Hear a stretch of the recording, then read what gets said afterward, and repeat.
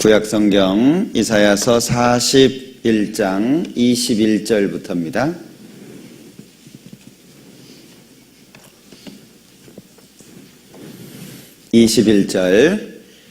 나 여호와가 말하노니 너희 우상들은 소송을 일으키라.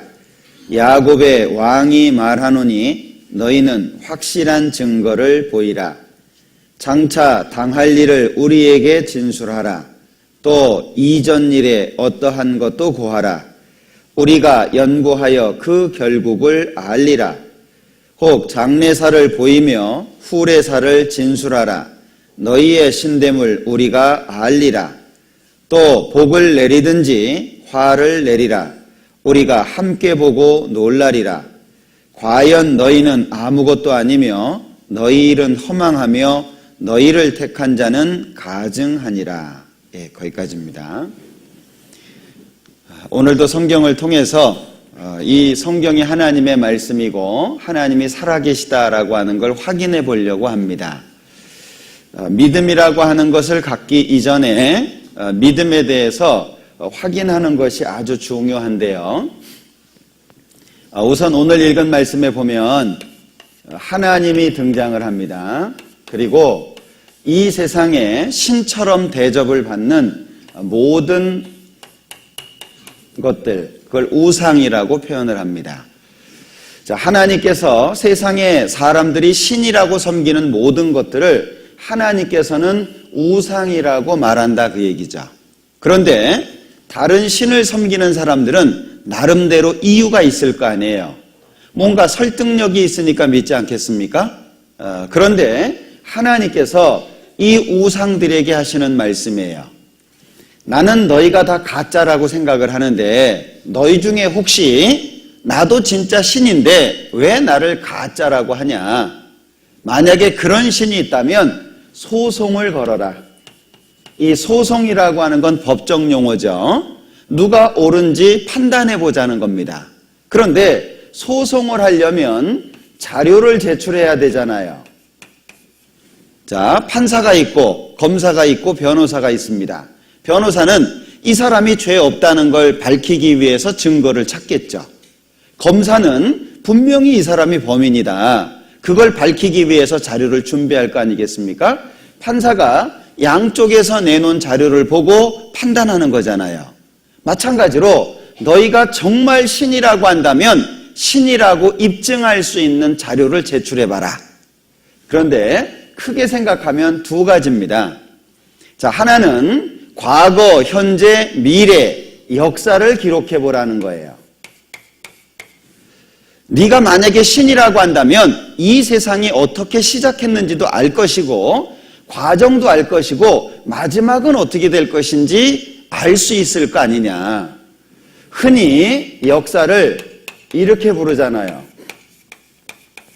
자, 히스토리라고 이야기를 하는데 왜 그의 이야기냐 하는 거예요. 역사를 히스토리라고 부르는데 왜 하필이면 그의 이야기라고 역사를 표현할까라고 하는 거예요. 자, 어떤 사람들은 하나님이 그냥 싫은가 봐요. 저 같은 사람도 많은 모양입니다. 하나님이 어딨냐? 하나님이 없다. 이렇게 얘기를 합니다. 어떤 사람이 교회당 벽에다가 이렇게 써놨대요. 하나님이 어딨냐? 하나님 없다. 그러니까 목사님이 이걸 보고요. 이렇게 바꿨대요. 아까는 하나님이 없다 했는데 W 하나만 이쪽으로 옮겼습니다. God is now here. 하나님은 여기 계시다. 하나만 옮겼는데도 불구하고 하나님이 여기 계시다라고 바뀌어지잖아요. 그러니까 우리는 무조건 아니다라고 생각할 것이 아니라 정말 그러한지를 확인해 보는 것이 필요하다는 거예요. 자, 욥기 34장을 볼까요?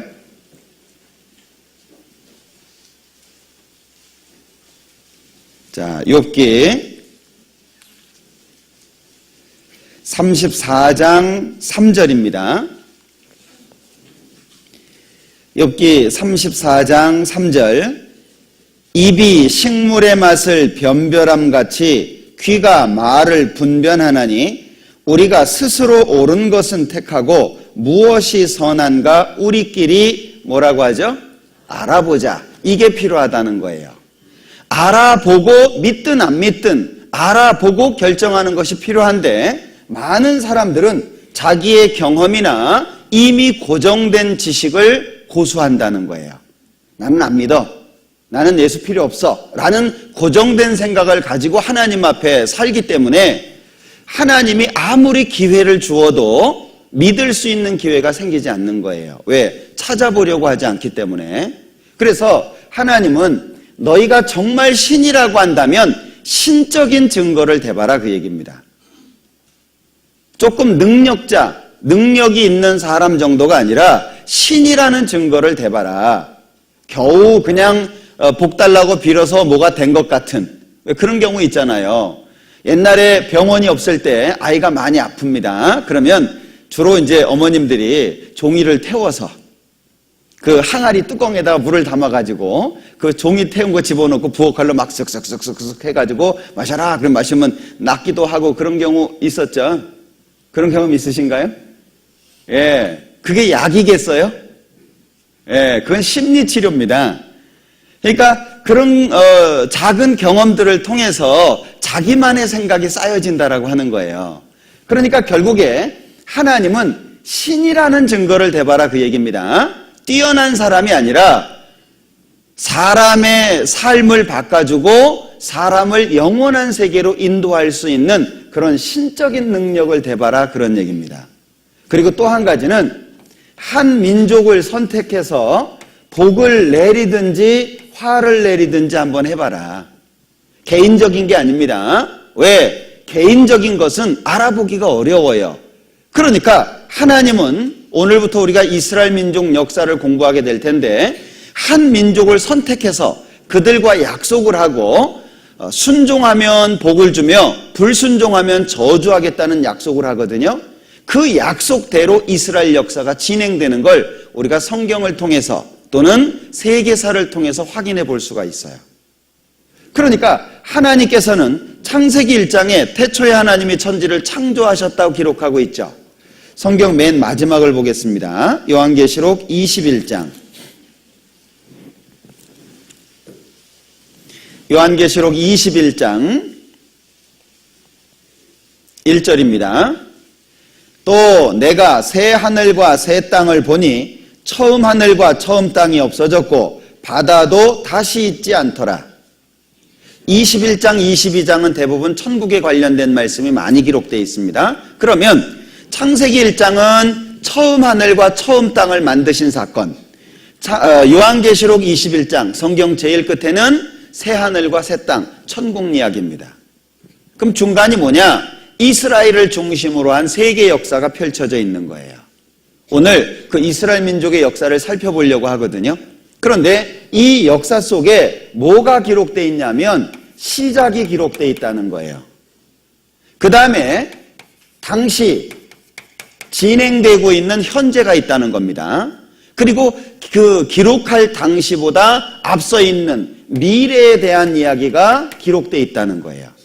정말 너희가 신이라고 한다면 내가 해놓은 것처럼 너희도 한번 해봐라 라고 말씀하고 있는 거예요. 실제 지금 우리가 가지고 있는 지식은요 굉장히 뛰어나죠. 그러나 이 뛰어난 지식이 우리에게 오기까지는 정말 오랜 시간이 걸렸습니다. 어제도 잠깐 말씀을 드렸는데 예수님이 태어나시기 전 1500년 전서부터 모세가 성경 기록했다고 하잖아요. 그런데 이 당시에 기록되어 있는 게 욥기거든요. 그런데 지금 우리 시대에 이해할 수 있는 그런 내용이 성경에 가득 차 있어요. 자, 몇 군데 찾아볼까요? 욥기 26장입니다.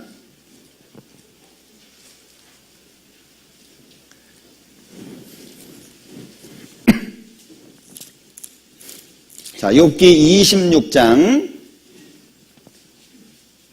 7절. 그는 북편 하늘을 허공에 펴시며 땅을 공간에 다시며 그랬죠. 땅을 공간에 달아놓으셨다 그랬습니다. 그러면 기록할 당시가 3500년 전이거든요. 그 당시에 이해했을까요? 사실 얼마 전까지만 해도 이런 얘기들은 그냥 이해할 수 없는 내용들로 치부되고 있었습니다. 그런데 1687년이었죠. 아이작 뉴턴이 사과가 떨어지는 것을 통해서 만유인력의 법칙을 발견하면서 지구가 떠 있다는 것을 이해하기 시작한 거예요. 그 불과 400년 정도도 안 되는 이야기입니다. 그러니까 3500년 전에 기록된 말씀인데 불과 400년도 되기 그 공간이 얼마 정도밖에 안 되거든요. 지금부터 약 한 400년도 안 돼요. 그런데 그때에 와서나 비로소 땅을 공간에 달아놓으셨다는 것을 이해할 수 있는 시대가 된 거예요. 그러면 이 당시에 와서 이해할 수 있었던 이야기를 욥기에는 어떻게 기록할 수 있었겠냐라고 하는 거예요. 그런가 하면 한 장을 넘겨보시면 욥기 28장에 나오는데 5절입니다. 지면은 식물을 내나 지하는 뭐라고 돼 있죠? 불로 뒤집는다라고 되어져 있잖아요. 실제 이 내용을 이해할 수 있게 된 것은요, 얼마 안 됐습니다. 제가 메모를 좀 해왔는데 1905년에 멘트를 처음 발견했대요. 그러니까 1905년에 와서나 멘틀이 있다라고 하는 것을 발견한 겁니다. 그리고 1930년도에 와가지고 외핵이 있다라고 하는 걸 밝혀냈대요. 1930년에 가서. 그리고 1936년에 와서나 내핵이 존재한다라고 하는 것을 밝혀낸 겁니다. 이게 지금 우리 시대가 갖고 있는 지식이거든요. 그런데 어떻게 이때에 기록하냐 그 얘기예요.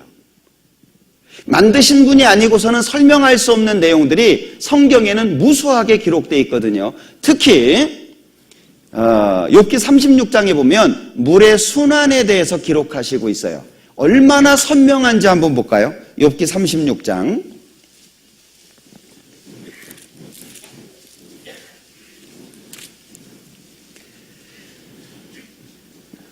욥기 36장 27절입니다. 26절은 하나님을 설명하고 있고 27절 그가 하나님이 물을 가늘게 이끌어 올리신 즉 그것이 안개되어 비를 이루고 그것이 공중에서 내려 사람 위에 쏟아지느니라. 얼마나 선명하죠? 자, 물이 돌고 돈다. 물의 순환에 대해서 밝혀진 것이 16세기, 17세기거든요. 얼마 안 된 얘기예요.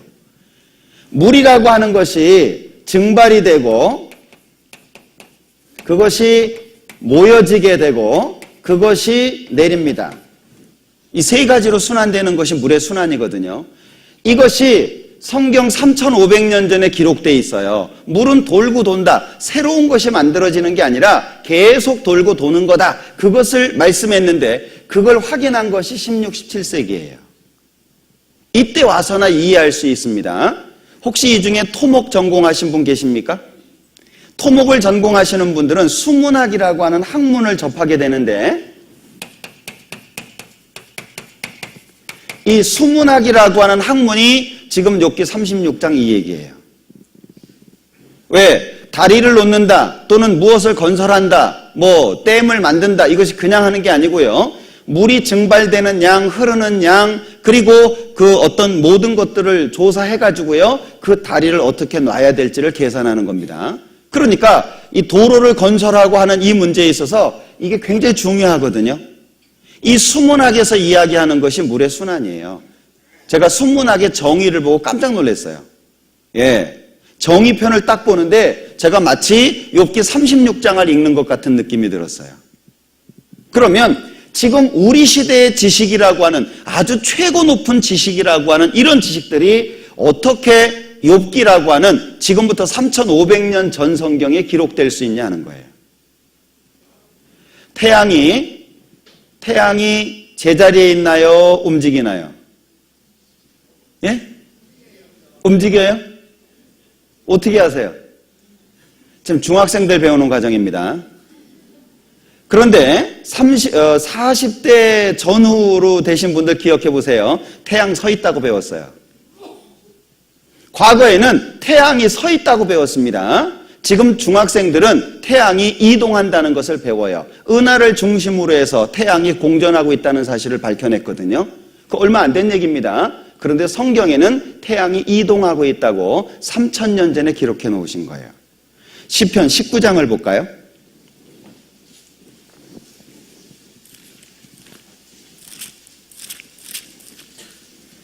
시편 19장 5절. 해는 그 방에서 나오는 신랑과 같고 그 길을 달리기 기뻐하는 장사 같아서 하늘 이 끝에서 나와서 하늘 저 끝까지 운행하며 그 온기에서 피하여 숨은 자 없도다. 해가 달리고 있거든요. 초속 250km라고 얘기합니다. 1초에 250km를 달리고 있대요. 우리 지금 느끼고 있나요? 못 느끼고 있죠? 지구가 1시간에요. 굉장히 빠른 속도로 달리고 있잖아요. 우리 못 느끼고 있습니다. 달리기만 하나요? 자전까지 합니다. 달리면서 뒤집어져요. 그런데 우리 괜찮죠? 정말 기적이지 않습니까? 그러니까 하나님께서는 너희가 정말 신이라고 한다면 역사적인 근거로 한번 대봐라. 시작은 어떻게 됐고, 그리고 과정은 어떻게 됐고, 결과는 어떻게 됐고, 신이라고 인정할 수 있는 근거를 한번 대봐라, 그런 얘기예요. 그런데 놀랍게도 대개 경전들은 선을 강조하지 증거 제시가 없어요. 혹시